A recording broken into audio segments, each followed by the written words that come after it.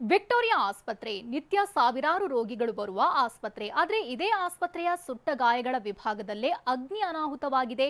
ರೋಗಿಗಳು ಬೆಚ್ಚಿಬಿದ್ದಿದ್ದಾರೆ.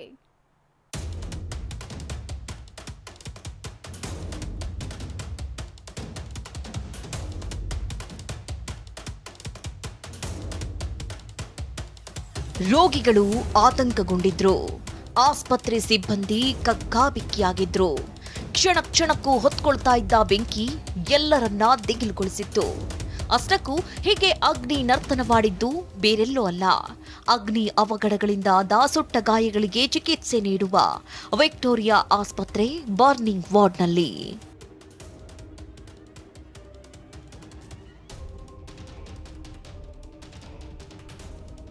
Victoria burning ವಾರ್ಡ್ನಲ್ಲಿ ಅಗ್ನಿ ಅವಘಡ.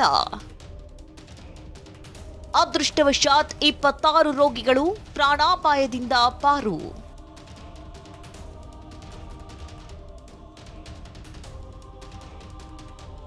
ಹೌದು, ವಿಕ್ಟೋರಿಯಾ ಆಸ್ಪತ್ರೆಯ ಬರ್ನಿಂಗ್ ವಾರ್ಡ್ನಲ್ಲಿ ಇವತ್ತು ಮುಂಚಾನೆ 3 ಗಂಟೆ ಹೊತ್ತಲ್ಲಿ ಬೆಂಕಿ ಕಾಣಿಸಿಕೊಂಡಿತ್ತು.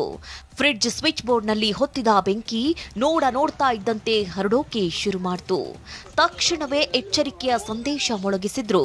ಬೆಂಕಿ ಫ್ಲೋರ್ ತುಂಬಾ ವ್ಯಾಪಿಸುವಷ್ಟರಲ್ಲಿ ಎಲ್ಲ ರೋಗಿಗಳನ್ನ ಬೇರೆ ವಾರ್ಡ್ಗೆ ಶಿಫ್ಟ್ ಮಾಡಿದ್ರು.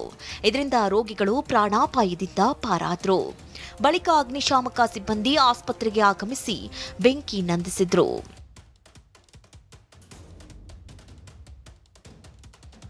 ಸೊ ಇಮಿಡಿಯೇಟಾಗಿ ಅದನ್ನು ಎಕ್ಸ್ಟಿಂಗ್ವಿಷ್ ಮಾಡೋಣ, ಮೇನ್ ಸ್ವಿಚ್ ಆಫ್ ಮಾಡಿ ಎಕ್ಸ್ಟಿಂಗ್ವಿಷ್ ಮಾಡಬಹುದು ಅಂತ ಡ್ಯೂಟಿಲಿ ಇದ್ದಿದ್ದ ಬ್ರದರ್ ಹತ್ರ ಹೋಗಿ ನಾನು ಅವ್ರನ್ನ ಎಬ್ಬರಿಸಿ ಅವ್ರಿಗೆ ಇನ್ಫಾರ್ಮ್ ಮಾಡಿದೆ. ನಾವು ಎಲ್ಲ ಹೋಗಿ ಟ್ರೈ ಮಾಡಿದ್ವಿ. ಬಟ್ ಅಷ್ಟರಲ್ಲಿ ಅದು ಬೆಂಕಿ ತುಂಬ ಜಾಸ್ತಿ ಆಗಿ ಹೊಗೆಲ್ಲ ತುಂಬ್ಕೊಂಡ್ಬಿಟ್ಟಿತ್ತು. ಪೇಷಂಟ್ಸು ಫಸ್ಟ್ ಫ್ಲೋರಲ್ಲೇ ICU ಮತ್ತು ಪೋಸ್ಟ್ ಆಫ್ ಪೇಷಂಟ್ಸ್ ಇದ್ದಿದ್ದು. ಗ್ರೌಂಡ್ ಫ್ಲೋರಲ್ಲಿ ವಾರ್ಡ್ ಪೇಷಂಟ್ಸ್ ಇದ್ದರು. ಎಲ್ಲ ಪೇಷಂಟ್ಸ್ನು ಸೇಫಾಗಿ ಇಲ್ಲಿಗೆ ಶಿಫ್ಟ್ ಮಾಡ್ಕೊಂಡಿದ್ದೀವಿ. ಬರ್ನಿಂಗ್ ವಾರ್ಡ್ನಲ್ಲಿದ್ದ ರೋಗಿಗಳನ್ನ H ಬ್ಲಾಕ್ಗೆ ಶಿಫ್ಟ್ ಮಾಡಿದ್ರು. ಇದರಿಂದಾಗಿ ICUನಲ್ಲಿದ್ದ 5 ರೋಗಿಗಳು ಸೇರಿ ಒಟ್ಟು 26 ರೋಗಿಗಳು ಬಚಾವಾದ್ರು. ಆಸ್ಪತ್ರೆ ಸಿಬ್ಬಂದಿಯೂ ನಿಟ್ಟುಸಿರು ಬಿಟ್ರು. ಬೆಂಕಿ ಆಗಿದ್ದ ಜಾಗದಿಂದ ಪೇಷಂಟ್ ವಾರ್ಡ್ಗೆ ಸ್ವಲ್ಪ ಡಿಸ್ಟೆನ್ಸ್ ಇತ್ತು. ಆದರೆ ಸ್ಮೋಕ್ ಬರೋದು ನೋಡಿಬಿಟ್ಟು ಜಾಸ್ತಿ ಆಗುತ್ತೆ ಅನ್ನೋ ಒಂದು ಪ್ರಿಕಾಷನರಿ ಫಸ್ಟ್ ಫ್ಲೋರಲ್ಲಿ ಆಗಿದ್ದು. ಫಸ್ಟ್ ಫ್ಲೋರ್ ಇರೋ ಪೇಷಂಟ್ನ ಫಸ್ಟ್ ಗ್ರೌಂಡ್ ಫ್ಲೋರಿಗೆ ಶಿಫ್ಟ್ ಮಾಡ್ಕೊಂಡ್ವಿ. 15ರಿಂದ 20 ನಿಮಿಷದೊಳಗಡೆ ಎಲ್ಲ ಪೇಷಂಟು ಕಂಪ್ಲೀಟಾಗಿ ಶಿಫ್ಟ್ ಮಾಡಿ ಸೇಫಾಗಿ ಇಲ್ಲಿ ಟ್ರೀಟ್ಮೆಂಟ್ಗೆ ಇನಿಷಿಯೇಟ್ ಮಾಡಿದ್ವಿ. ವಿಕ್ಟೋರಿಯಾ ಆಸ್ಪತ್ರೆಗೆ ನಿತ್ಯ ಸಾವಿರಾರು ರೋಗಿಗಳು ಬರ್ತಾರೆ.